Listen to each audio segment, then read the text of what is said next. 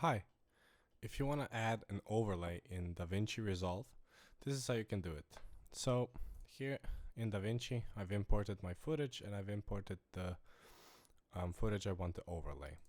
So first we're going to drop our main footage in the timeline.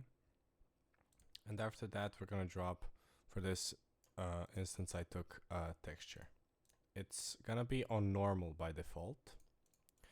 So if it's some kind of overlay that's not fully transparent and you want to set it to some kind of screen mode or composite mode in Davinci, you're just gonna have to navigate to your inspector panel. You can do this right in your cut section, so you don't even have to be in edit. You can do it right in cut and just go to inspector in composite mode and add something like add.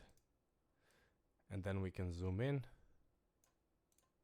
And that's it. We have our overlay. You can position it with the transform settings right in here and do with it what you like.